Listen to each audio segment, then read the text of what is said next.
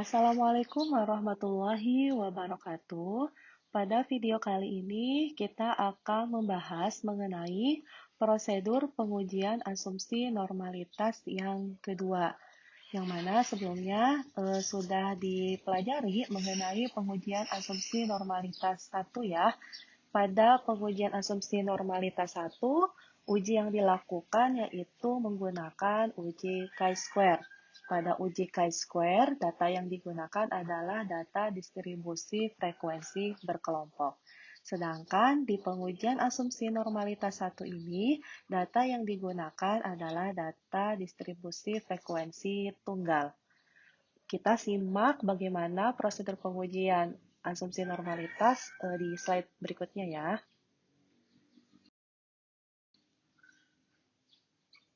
Oke, nah di pengujian asumsi normalitas 2 ini ada beberapa uji yang bisa kita lakukan ya. Ada 3 alternatif uji.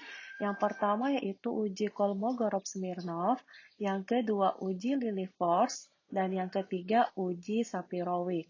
Namun di video kali ini yang dibahas hanya satu, yaitu uji Kolmogorov-Smirnov. Dalam uji Kolmogorov-Smirnov, terdapat beberapa syarat yang harus dipenuhi. Yang pertama, data berskala interval atau rasio. Yang kedua, data tunggal atau belum dikelompokkan pada tabel distribusi frekuensi. Dan yang ketiga, dapat untuk N yang besar maupun N yang kecil. Prosedur uji Kolmogorov-Smirnov, berikut ini langkah-langkahnya. Yang pertama adalah merumuskan hipotesis. Dalam merumuskan hipotesis ini sama seperti merumuskan hipotesis pada uji chi-square. Yang kedua, menentukan nilai Z, probabilitas kumulatif sampel atau Fs, probabilitas kumulatif teoritis atau Ft dari kurva normal baku, dan nilai mutlak Ft dikurangi Fs. Maksud dari nilai mutlak ini adalah berapapun hasilnya dari Ft dikurangi Fs ini, meskipun hasilnya negatif karena nilai mutlak, maka menjadi positif. Yang ketiga, menentukan tingkat signifikansi atau alfa. Nah, di tabel KS ya, kita lihat di tabelnya, lihat untuk alfa 0,05 dengan N sekian itu berapa. Nah, yang berikutnya menentukan kriteria pengujian hipotesis, dan yang terakhir memberikan kesimpulan. Ya, kita berikan contoh untuk uji Kolmogorov-Smirnov ini ya. Nah, berikut ini adalah hasil penelitian seorang peneliti. Jadi, seorang peneliti ini melakukan suatu penelitian tentang berat badan mahasiswa yang mengikuti pelatihan kebugaran fisik, yang mana pada penelitian ini sampelnya yaitu sebanyak 20 orang, diambil secara random atau acak, sehingga didapatkan data sebagai berikut. Ini adalah data berat badan mahasiswanya, ke-20 orang mahasiswa dalam kilogram. Ini datanya masih acak ya teman-teman, ada 20 data ini, data berat badan mahasiswa. Kemudian selidikilah dengan alfa 5%, apakah data tersebut diambil dari populasi yang berdistribusi normal. Jika diketahui nilai rata-ratanya itu 67,75 dan simpangan bakunya 8,17. Jadi di soal ini kita tidak perlu lagi menghitung berapa nilai rata-ratanya dan berapa nilai simpangan bakunya karena sudah diketahui. Namun pada kenyataannya ketika nanti kita melakukan penelitian, tentu saja kita harus menghitung terlebih dahulu nilai rata-rata dan simpangan bakunya. Karena tidak mungkin ketika sudah melakukan penelitian, tiba-tiba langsung diketahui nilai rata-rata dan simpangan bakunya. Jadi tetap harus dihitung ya. Tapi dalam contoh soal di sini, kita tidak perlu menghitung nilai rata-rata dan simpangan bakunya. Baik, kita langsung jawab aja ya. Tadi langkah pertama yaitu merumuskan hipotesis terlebih dahulu. Nah, untuk hipotesisnya, H0 data berasal dari populasi yang berdistribusi normal. Kemudian H1 data berasal dari populasi yang tidak berdistribusi normal. Jika kita ingat kembali ke data yang tadi di soal, itu datanya masih acak ya. Maka terlebih dahulu kita susun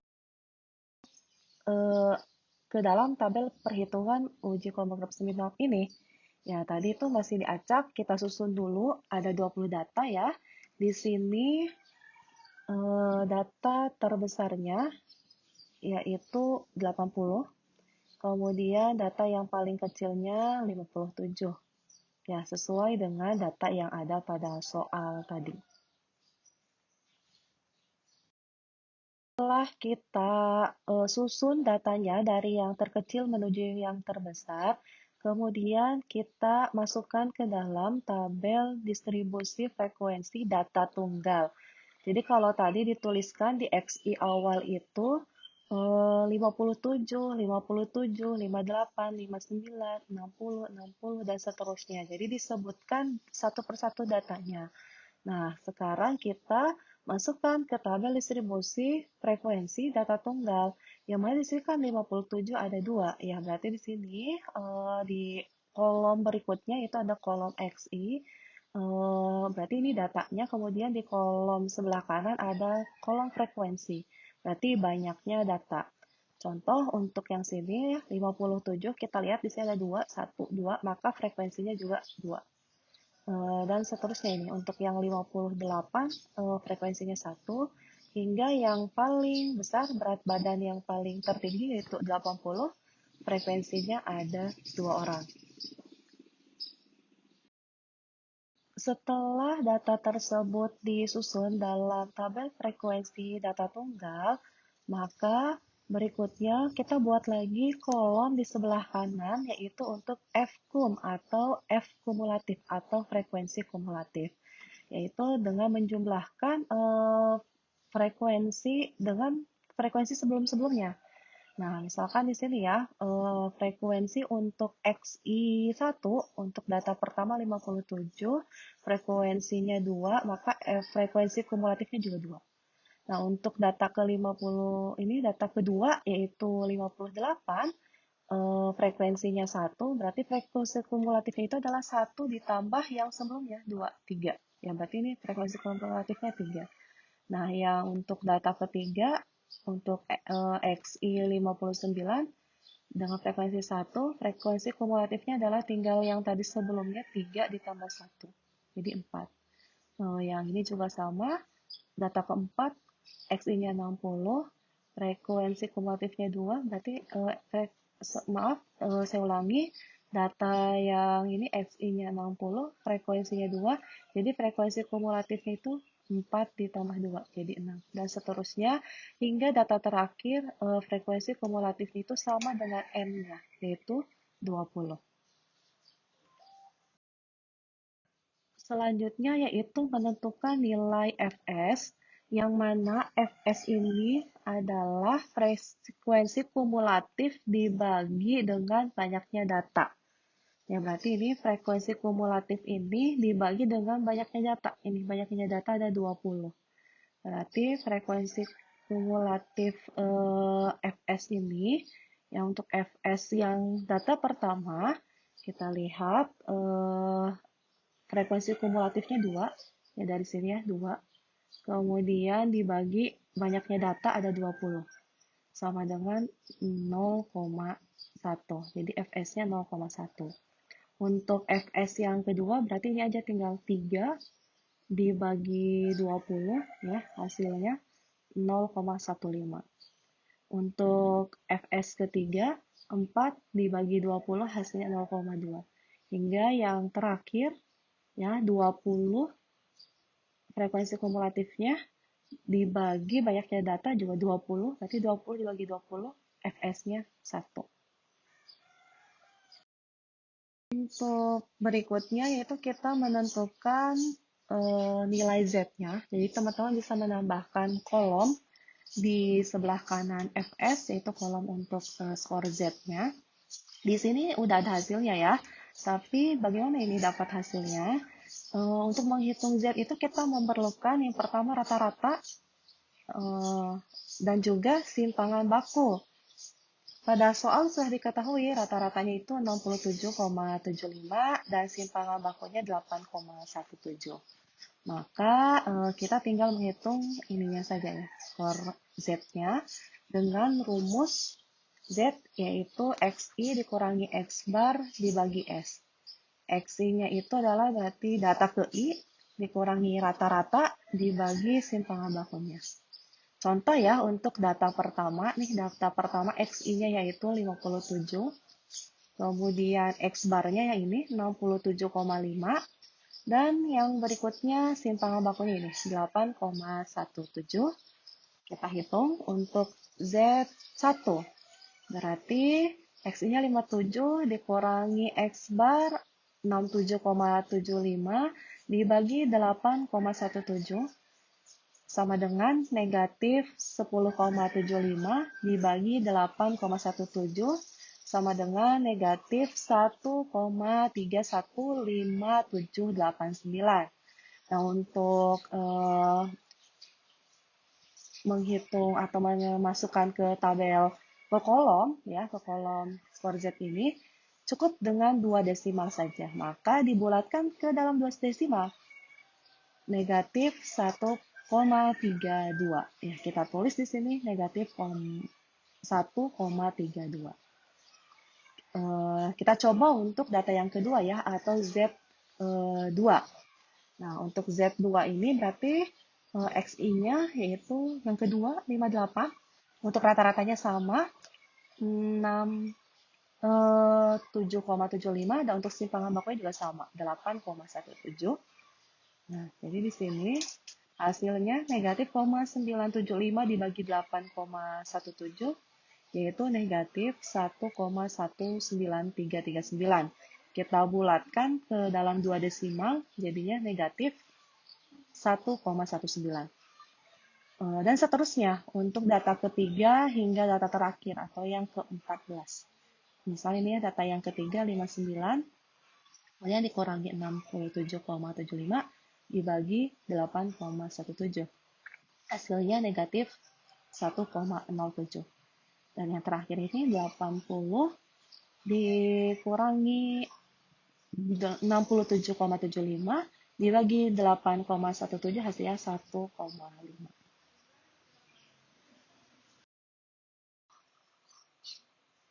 Oke, dari skor Z yang tadi sudah kita hitung ya, berikutnya yaitu kita menentukan nilai FT, yang mana FT itu adalah nilai tabel kumulatif normal baku berdasarkan nilai Z. Dari nilai Z yang sudah kita hitung ya, kemudian kita lihat berapa nilai FT-nya itu pada tabel kumulatif normal baku. Nah, saya berikan ini tabel kumulatif normal bakunya. Dalam membaca tabel ini, kita lihat ini adalah Z. Untuk ke bawah ya, yang ke bawah ini adalah satuan dan desimal pertama. Kemudian yang ke samping adalah desimal yang keduanya. Jadi kalau misalkan di atas ini kita lihat Z negatif 3,8. Nah, nanti ini desimal berikutnya berapa? Contoh misalkan negatif 3,89. Berarti ini ya. Negatif 3,8, kemudian 9. Nah, yang ini berarti 0,0001. Nah, langsung saja untuk yang pertama dengan Z negatif 1,32. Kita lihat di sini untuk Z negatif 1,3. Oke, ini berarti ya negatif 1,3 yang saya berikan tanda panah. Kemudian desimal yang berikutnya adalah 2 atau 0,02. Berarti yang ini. Sehingga diperoleh untuk negatif 1,32, nilai tabel kumulatif normal bakunya yaitu 0,0934. Bisa dipahami ya, di sini jadi negatif 1,32. Nah, sehingga diperoleh di sini 0,0934. Saya berikan contoh yang kedua. Untuk Z negatif 1,19. Ya, di sini negatif 1,1, kemudian 9. Nah, diperoleh hasilnya yaitu 0,1170. Kita tuliskan di kolom FT ini 0,1170. Begitu seterusnya hingga Z ke 14 atau Z terakhir yaitu 1,5. Di 1,50 gitu ya, 1,50 yaitu 0,9332. Selanjutnya adalah menghitung nilai mutlak FT dikurangi Fs. Nah, caranya, nah ini FT dikurangi Fs yang pertama ya, ini FT pertama, yaitu 0,0934 dikurangi Fs yang pertama itu 0,1. Ya, ini hasilnya yaitu negatif 0,0066. Nah, karena di sini ada tanda nilai mutlak, maka ketika hasilnya negatif, setelah diberikan tanda nilai mutlak, maka hasilnya jadi positif. Ya, meskipun di sini negatif, nah kita lihat di sini FT1 dikurangi FS1-nya, karena ada tanda nilai mutlaknya, maka jadi positif, yaitu 0,0066. Sama untuk yang berikutnya juga, berarti ini ya, 0,1170 dikurangi Fs 0,15.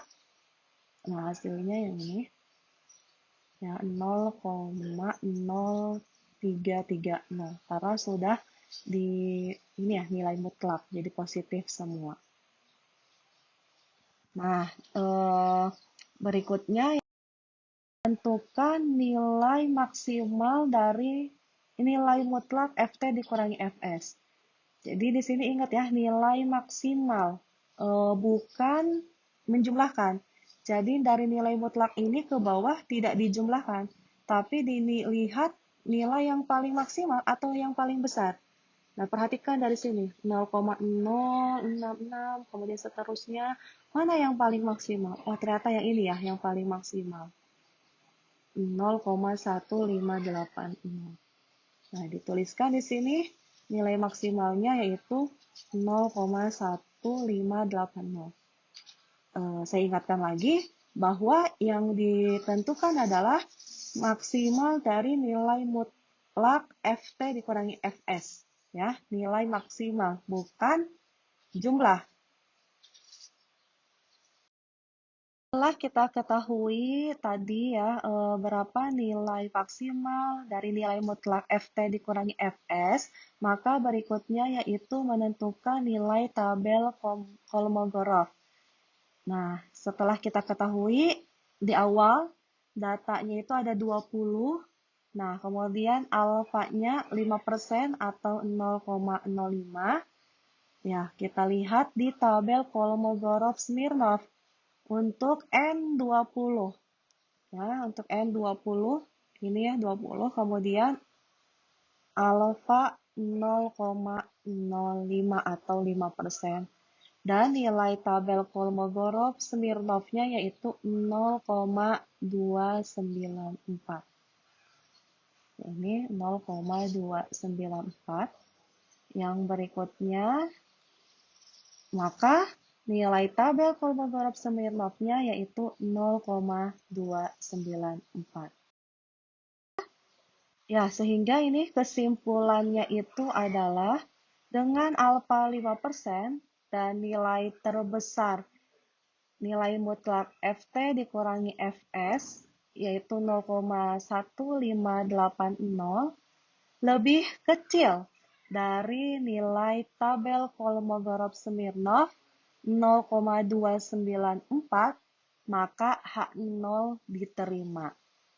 Jika H0-nya diterima, ya tadi dilihat di hipotesis, teman-teman bisa lihat lagi ke formula hipotesisnya, maka data tersebut berasal dari populasi yang berdistribusi normal. Saya ulangi lagi, dengan alfa 5% dan nilai terbesar nilai mutlak FT dikurangi FS-nya yaitu 0,1580 lebih kecil dari nilai tabel Kolmogorov-Smirnov 0,294, maka H0-nya diterima. Artinya, data berasal dari populasi yang berdistribusi normal. Sekian mengenai prosedur pengujian uji normalitas menggunakan Kolmogorov-Smirnov. Terima kasih atas perhatiannya. Wassalamualaikum warahmatullahi wabarakatuh.